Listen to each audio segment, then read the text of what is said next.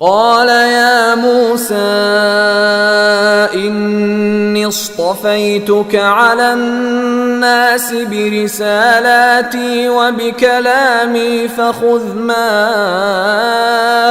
آتيتك وكن من الشاكرين۔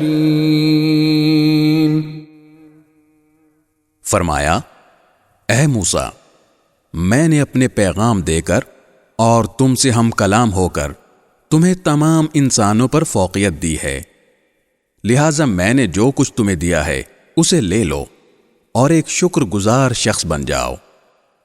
وَكَتَبْنَا لَهُ فِي الْأَلْوَاحِ مِنْ كُلِّ شَيْءٍ مَوْعِظَةً وَتَفْصِيلًا لِكُلِّ شَيْءٍ فَخُذْهَا بِقُوَّةٍ وَأْمُرْ قَوْمَكَ يَأْخُذُوا بِأَحْسَنِهَا سَأُرِيكُمْ دَارَ الْفَاسِقِينَ۔